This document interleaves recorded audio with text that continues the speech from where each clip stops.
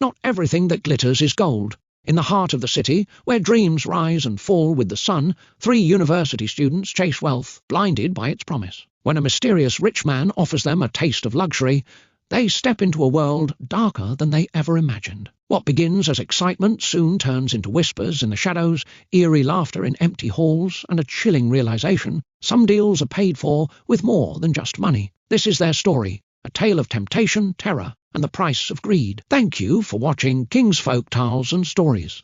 If you enjoyed this video, please give it a thumbs up, subscribe to our channel, and turn on the notification bell so you never miss a story. We truly appreciate your support. Don't forget to share it with your friends and family. The city never sleeps. The lights, the music, the fast cars, everything moves like a dream, pulling people in, promising them gold but hiding its sharp teeth. Nina, Kojo, and Amara were not fools. They knew the streets were dangerous, but hunger speaks louder than wisdom. They were university students, full of dreams but empty of money. School fees were high, rent was a nightmare, food, that was a privilege some days. Then came Mr. X. No one knew his real name. He drove a black Mercedes, windows always tinted as if hiding a secret. He didn't talk much, but when he did, his voice was smooth like melted chocolate. People said he owned clubs, hotels, businesses no one could count, and wherever he went, money followed. One night, Nina met him first. She was at a party, wearing a red dress borrowed from a friend. Mr. X walked past everyone and stopped in front of her. "You look like someone who deserves more in life," he said. The words wrapped around her like silk. He gave her money for no reason. Just like that. She took it. How could she not? When she told Kojo and Amara, they laughed at first. "Rich men don't give money for free," Kojo warned. "But what if he's different?" Nina argued. Days later, they met Mr. X too. He was kind, generous, always smiling. He didn't ask for anything at first. Then the invitations came. Exclusive parties, trips to secret places only the rich knew. Money flowed like water. It was like they had stepped into another world. But the dreams came too. Red moons hanging too low in the sky. Shadows moving without bodies. Screams echoing from nowhere. Nina woke up sweating one night. In her dream, she saw herself standing in a dark room. Mr. X was there. So was Kojo and Amara. But they were different. Their eyes were empty, their faces twisted. "Come," a voice whispered. She turned. A tall figure stood behind her. A man? A beast? She couldn't tell, but its hands dripped with something dark. The next day, she told Kojo and Amara. "You're just imagining things," Amara said, stuffing money into her purse. "We're fine." But they weren't. Kojo started talking to himself. Amara kept staring at walls, her lips moving as if speaking to someone they couldn't see. And Nina? She kept waking up with blood under her fingernails. They tried to leave. They told Mr. X they wanted out. He only smiled. "You already belong to me," he said. That was the night the real horror began. Nina's breath caught in her throat. Mr. X's smile wasn't warm anymore. It was hollow, empty, like the grin of a skull. "You already belong to me." The words wrapped around her like invisible chains. She tried to speak, but her lips wouldn't move. A strange numbness spread through her body, making her feel like she was sinking into the floor. Kojo's fingers twitched. His eyes darted from side to side like a trapped animal. Amara stood completely still, her head tilted, as if listening to something only she could hear. What do you mean?" Nina finally forced out. Mr. X leaned in, close enough that she could smell his cologne, rich, dark, intoxicating. "You took my gifts. You walked into my world. There is no way back." A chill slithered down her spine. She turned to Kojo and Amara, hoping for support, but something was wrong with them. Kojo's lips were moving, whispering words that made no sense. Amara's pupils were too large, swallowing the brown in her eyes. Then the lights flickered. One by one the chandeliers above them blinked out, leaving the room in an eerie half-darkness. The walls seemed to shift, like they were breathing. "Run!" a voice whispered in Nina's ear. It wasn't Mr. X's. It wasn't Kojo's or Amara's. It was something else. Something unseen. Her heart pounded. She grabbed Amara's wrist, shaking her hard. "Let's go, now!" But Amara only smiled, a slow, knowing smile. "It's too late," she murmured. Then the walls opened. Not doors, not windows, the actual walls. They peeled back like flesh, revealing something behind them, something vast, red, and pulsing like a living heart. Shadows slithered through the gaps, crawling toward them.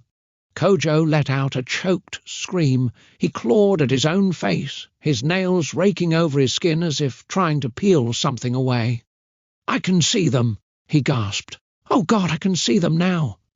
Nina yanked Amara, trying to pull her away, but Amara's body was stiff, unmoving, her lips curled up in amusement, as if watching a joke unfold.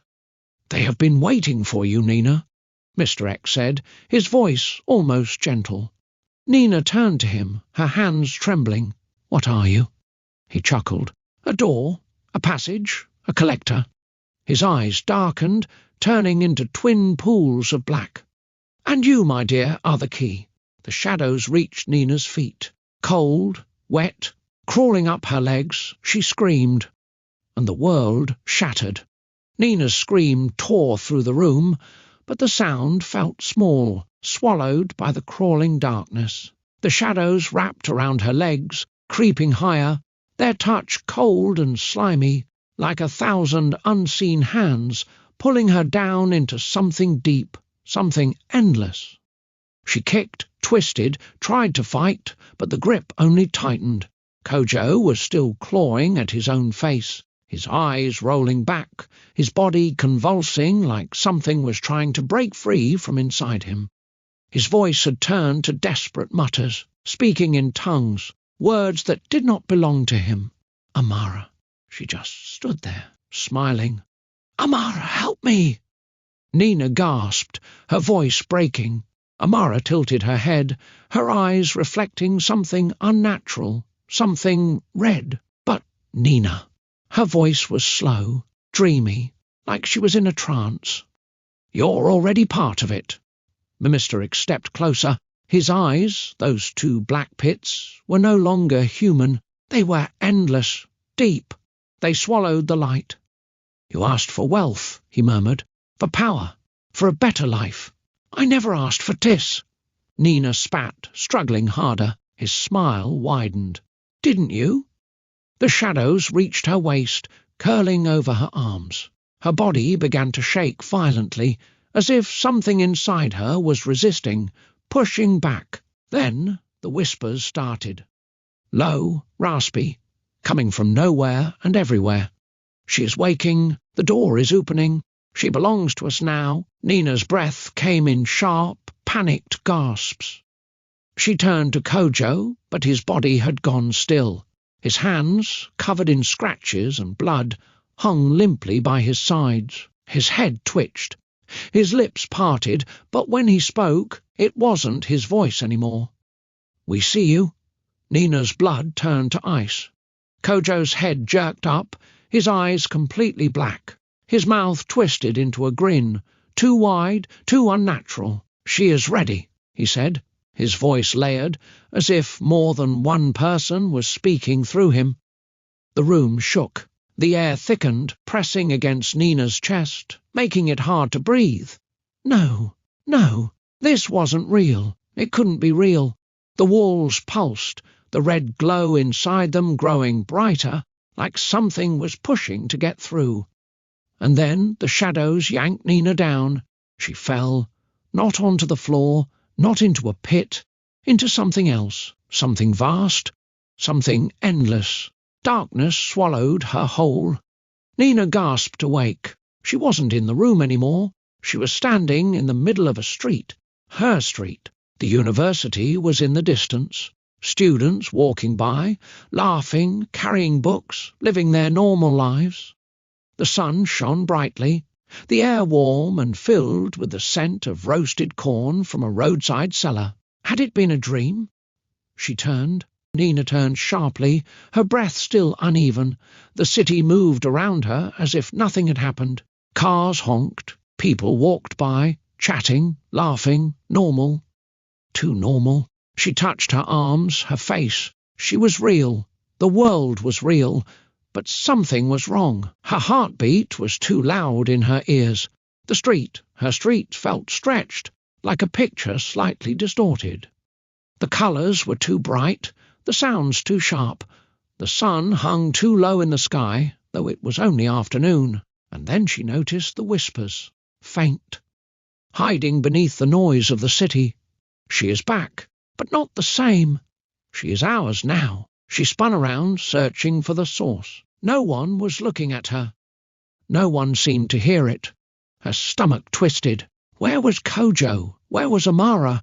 Where was Mr. X? Had it all been a nightmare? She stumbled forward, her legs unsteady, heading toward the campus. If she could just find someone real, she could shake off this feeling. The moment she stepped onto the university grounds, the world flickered. For a second, just a second, everything around her, people, buildings, trees, glitched like a bad signal on a television screen. Then it was normal again. Her breath hitched. This wasn't real. Or worse, she wasn't real anymore. She turned sharply and ran. She didn't know where she was going. She just ran. Past the library, past the hostels, past the small food vendors selling puff-puff and suya. She ran until she reached Amara's dorm room, her fingers shaking as she banged on the door. "Amara!" Silence. She pounded harder. "Amara, open the door!" Still nothing. Panic clawed at her throat. She grabbed the handle and twisted. The door swung open. The room was dark, too dark. The air was thick, heavy, smelling of something rotten. A figure sat on the bed, her back facing Nina. "Amara," Nina whispered. The figure didn't move. Nina stepped forward hesitantly. "Amara, are you okay?" Slowly, Amara turned. Nina's scream choked in her throat. Amara's eyes were missing. Two hollow pits stared back at her, black and endless. A twisted smile spread across her lips, her teeth too sharp, her skin too pale. "You left us, Nina," she whispered. "But we never left you." Then the door slammed shut behind Nina, and the whispers began again. "She belongs to Uwers. She can never leave." The room twisted, stretching, the walls moving like breathing flesh. And Nina realized she had never escaped. She was still inside, still trapped, and the nightmare was only beginning. Nina pressed herself against the door, her breath coming in short, ragged gasps. The walls rippled, shifting like something alive, and the whispers clawed at her ears. Amara's empty eyes bore into her, the black pits swirling as if something moved inside them. "You left us," Amara whispered again, tilting her head. "But we never left you." Nina's fingers trembled as she reached behind her, gripping the doorknob. She twisted it hard, locked. "No, no, no, no." Her heartbeat pounded in her skull. "Amara, listen to me." "Amara?" The thing on the bed giggled, but it was not Amara's laugh. It was layered, voices stacked on top of each other, some shrill, some deep. "There is no Amara. Not anymore." Nina shook her head violently. "You're lying." A shadow moved in the corner of the room. At first it seemed like nothing, just darkness shifting. But then it stretched, grew, took form. Kojo stepped forward, or what was left of him. His skin was too tight, his smile too wide, his eyes the same black pits as Amara's. His hands twitched at his sides, fingers curling unnaturally. "Nina," he called softly. "Come back to us." She yanked at the door again. Useless. The walls closed in. The air thickened, pressing against her lungs, suffocating. The whispers became screams. She cannot leave. She belongs here. She is the key. A sharp pain exploded in Nina's head, sending her to her knees. Visions flashed, red moons, shadows dancing, blood dripping from her own hands. She saw herself standing before Mr. X, her own voice chanting in a language she didn't understand. She saw Amara and Kojo beside her, their eyes empty, their bodies trembling as they surrendered to the ritual. And then she gasped, her body jerking. No, it couldn't be. The truth slammed into her like a hammer. She hadn't been a victim. She had been part of it. The final piece, the one who had sealed the ritual, and now she was fighting to leave a world she had willingly entered. Tears burned her eyes. She had done this to herself. But that didn't mean she had to stay.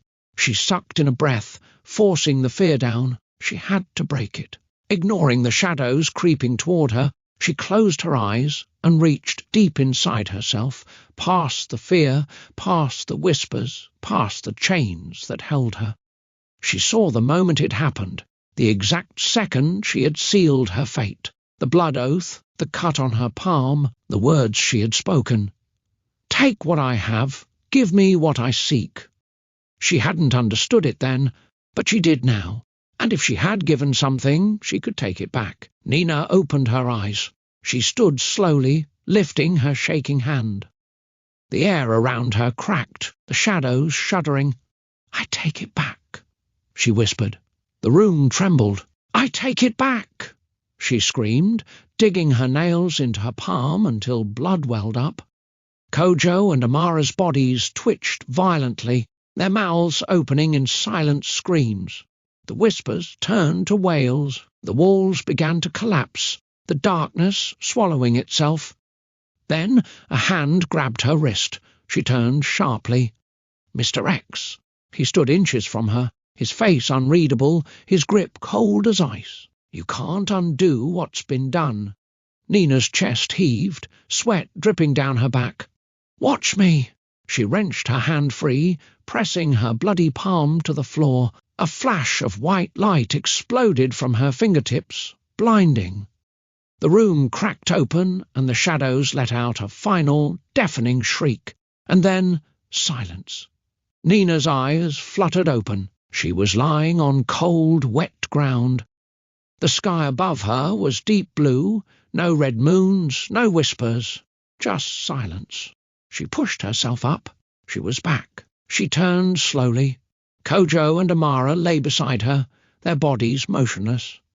But their faces, they were normal. Their eyes were closed, their chests rising and falling, alive. She let out a shaky breath, tears spilling down her cheeks. It was over. The nightmare was over, or so she thought. A breeze swept through the empty street. A voice whispered in her ear, soft, almost amused. You think you won? Her heart stopped. She spun around. The street was empty. But in the distance, standing beneath the flickering streetlight, a black Mercedes, waiting, watching. And inside, Mr. X smiled.